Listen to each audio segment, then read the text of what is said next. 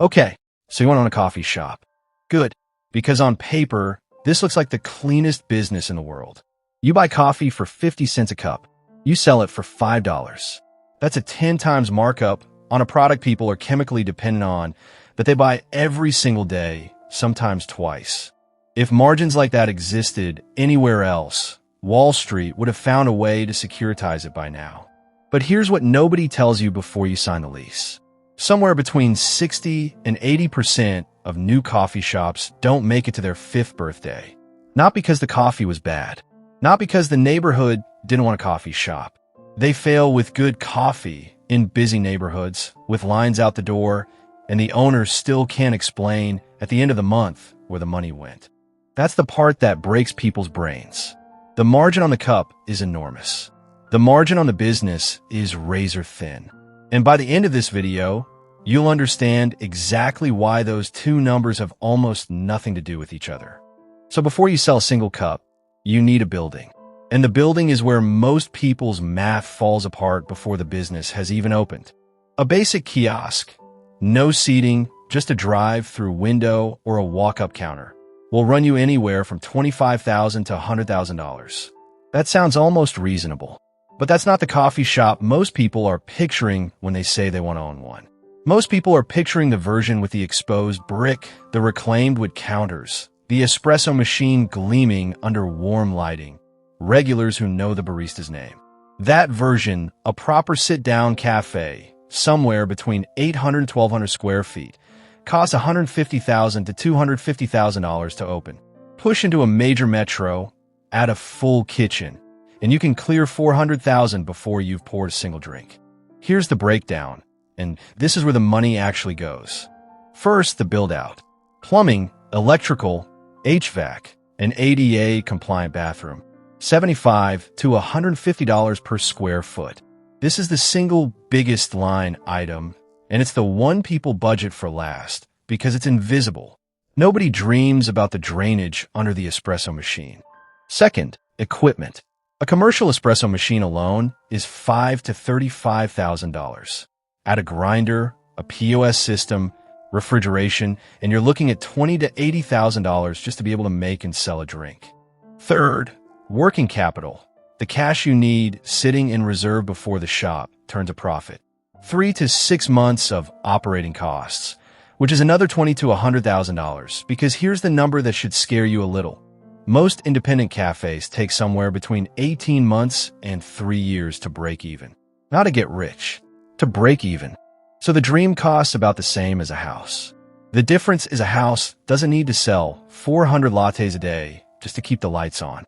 Now here's the number that gets everyone into this business in the first place.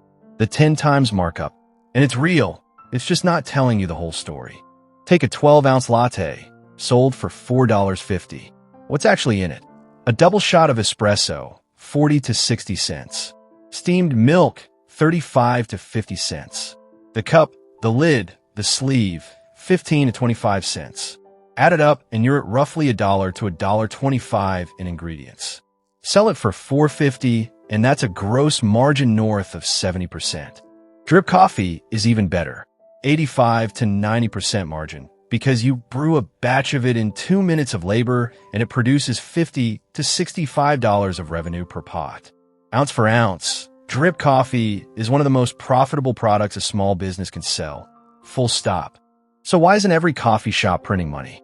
Because that 70% margin is the margin on the cup, not the margin on the business.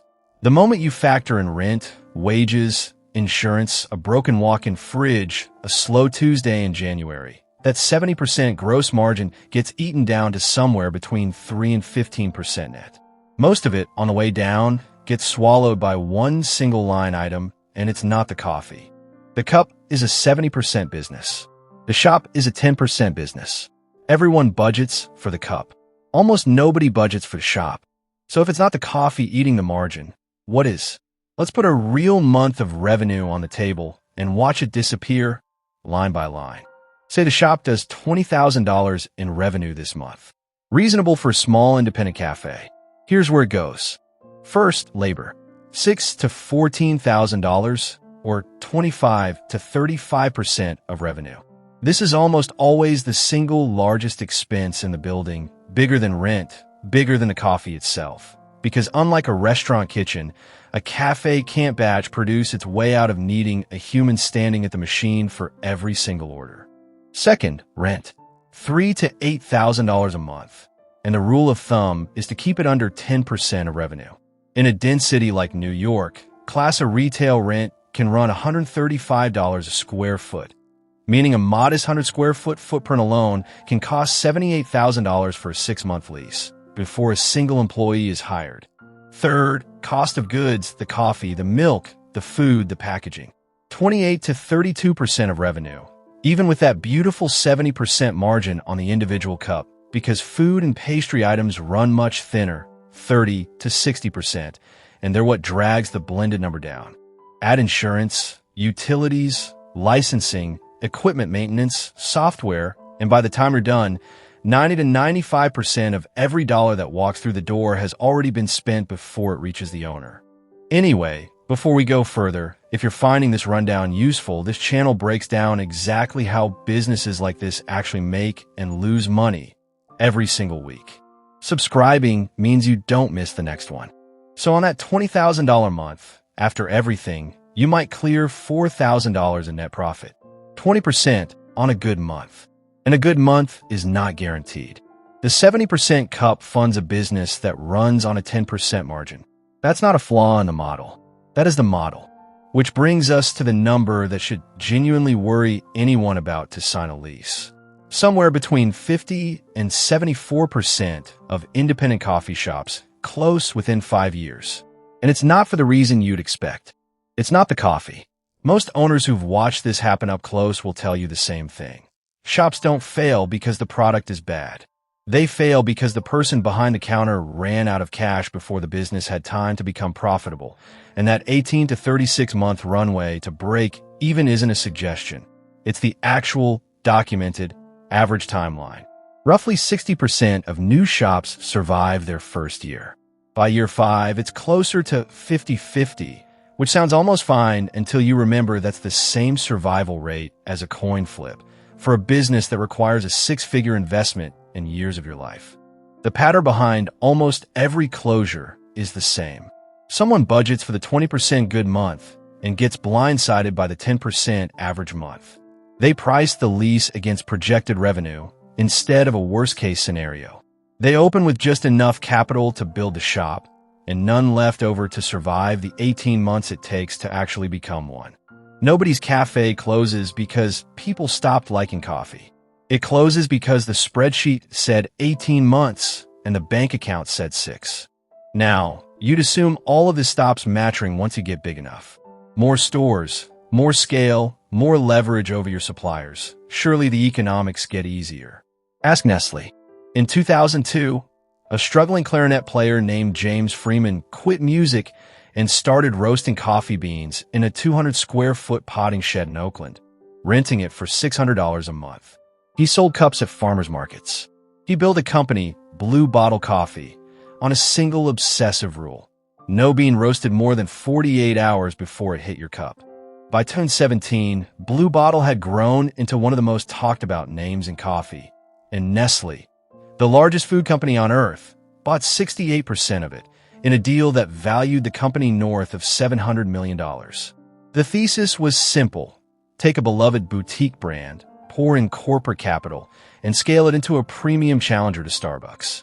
8 years later, in 2026, Nestle sold Blue Bottle's cafe operations for under $400 million, nearly half of what the deal had originally valued the company at. The buyer was Centurium Capital, the private equity firm behind China's Luckin Coffee. And here's the detail that actually matters. Blue Bottle was still losing money right up until the sale. A brand with global recognition, backing from one of the largest corporations on the planet, more than 100 stores across 3 continents. And it still hadn't solved the thing this entire video has been about. The unit economics. Scale didn't fix Blue Bottle's margins. It just made the same thin margin bigger and a lot more expensive to sustain. So if bigger doesn't automatically mean more profitable, what does actually work? Two very different companies on two very different ends of the coffee industry, both figured out the same underlying answer. Start with Howard Schultz. In 1987, he bought the original six-store Starbucks for $3.8 million of borrowed money. His first, most consequential decision wasn't about the coffee at all. It was refusing to franchise. Every other fast-growing chain in America, from McDonald's onward, scaled by selling the brand to independent operators and collecting a royalty. Schultz kept every store company owned because franchising trades consistency for capital, and he'd bet the entire company on consistency instead. By 1992, when Starbucks went public at a $250 million valuation, it had $93 million in revenue and a business model built on owning, not licensing, the entire customer experience. Today, the average Starbucks generates just under $1 million a year, and a flagship store in Manhattan or San Francisco can clear over $2 million.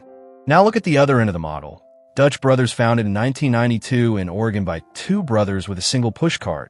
Dutch Brothers made the opposite bet from the sit-down cafe. No seating at all. A 500 to 700 square foot drive through kiosk, a fraction of the footprint and build cost of a full cafe, with none of the furniture, the loitering, the slow-moving line at the register. In 2025, the average Dutch Brothers location generated $2.1 million in annual revenue, more than double what a typical Starbucks pulls in out of a building a fraction of the size. Two completely different bets. Schultz bet on owning the full experience and refusing to dilute it through franchising. Dutch Brothers bet on stripping the experience down to almost nothing but speed and volume. Both of them, from opposite directions, arrived at the same underlying principle. Match your footprint and your model to the actual math of the cup, instead of to the fantasy of the cafe. The dreamers open a coffee shop. The ones still standing in year 5 built a coffee business, and those have never been the same thing. So that's the coffee shop. A 10 times markup on the cup, a 10% margin on the business, and a 5-year survival rate that comes down to whether the owner budgeted for the good month or the average one. But here's the thing. Coffee shops fail from running out of cash over 18 months. There's a business where the equivalent runway isn't measured in months. It's measured in decades. The equipment costs 8 figures instead of 5, and the customer has no choice but to show up, no matter the price. Next time, we're going inside the economics of owning a hospital, where the margins are supposedly protected by law, the demand is basically guaranteed, and it still manages to bankrupt more owners than almost any other business in America.